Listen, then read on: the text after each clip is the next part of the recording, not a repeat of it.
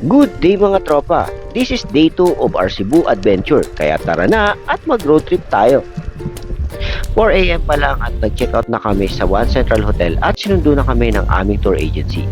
Cebu Tour Kuya Kebs nga pala yung aming tour guide. Papunta kami ng Boal today and I must say na napakaganda ng tanawing madadaanan dito papunta pa lang. Dumaan kami dito sa Flora's Food House para sa almusal.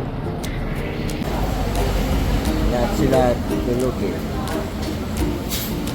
Antok pa yung mga bata kaya kain muna tayo ng suman. Masarap yan in fairness.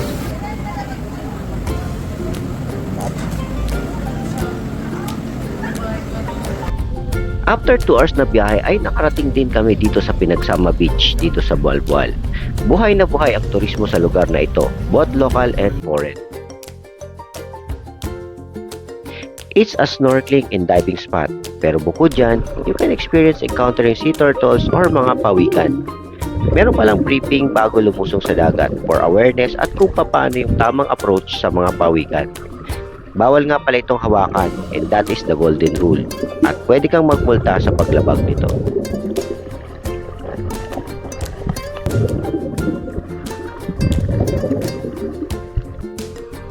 Isa pang popular na attraction dito yung Sardine Run or diving or swimming with a school of sardines. Ang daming sardinas dito.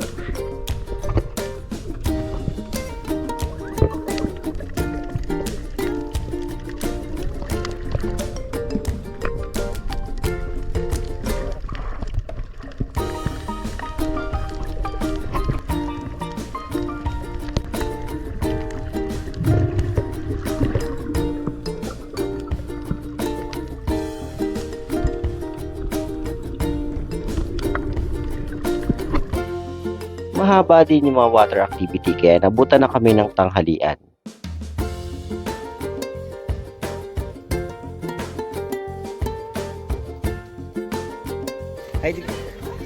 Next stop ay Kawasan Falls.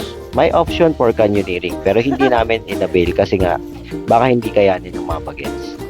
May 30 to 45 minutes na lakad papunta sa falls mula sa jump off point.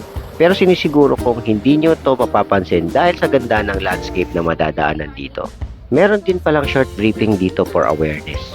At meron nga palang 400 pesos guide fee at environmental fee na babayaran para ito sa pagpapanatili ng kayusan at kalinisan ng lugar.